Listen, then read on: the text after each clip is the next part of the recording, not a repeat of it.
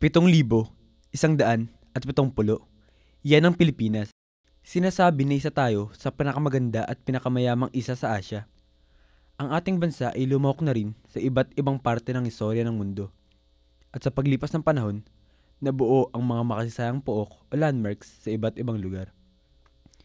Ito ay pinaniniwalaan ng magbubukas ng mga oportunidad upang malaman natin ang ating kinagisnan at muli itong mabalik-balikan. Pero bakit mukhang wala nang naabutan ang mga bagong henerasyon ni Juan? Tuloy na ba talaga tayong napag-iwanan? Kung ating uusisain, masasabi siguro na isang konkretong halimbawa ang Avenida Santa Cruz na matatagpuan sa kahabaan ng Rizal Avenue, Manila. Alam nyo ba na minsan sa buhay nating mga Pilipino ay nagkaroon tayo ng isang distritong pwede nating ipagmalaki? Yan ang Kalye Dalumbayan, ang lumang pangalan ng Rizal Avenue o mas kilala bilang Avenida.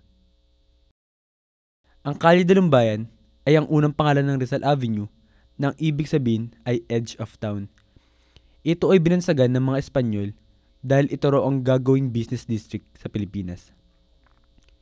Ang Avenida ay naging sentro ng komersyo dati sa Pilipinas dahil dito matatagpuan ang pinakabago at kauna-unahan ng mga atraksyon tulad ng sinehan, pamilihan, teatro at kung ano-ano pa sa Pilipinas. Nagsimulang mamatay ang ilaw ng Pag-asa sa Avenida matapos ang World War II. Nasira ang mga establishmento rito at sa muling pagbangon ay nasira na din ang konsepto nito na panatilihin ng mga nagsimula ng proyekto.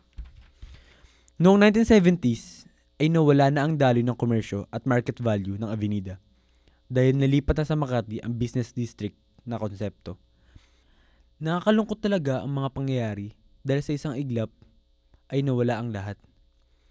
Nagbukas tayo ng mga bagong oportunidad pero hindi natin naisip ang ating pinagmulan.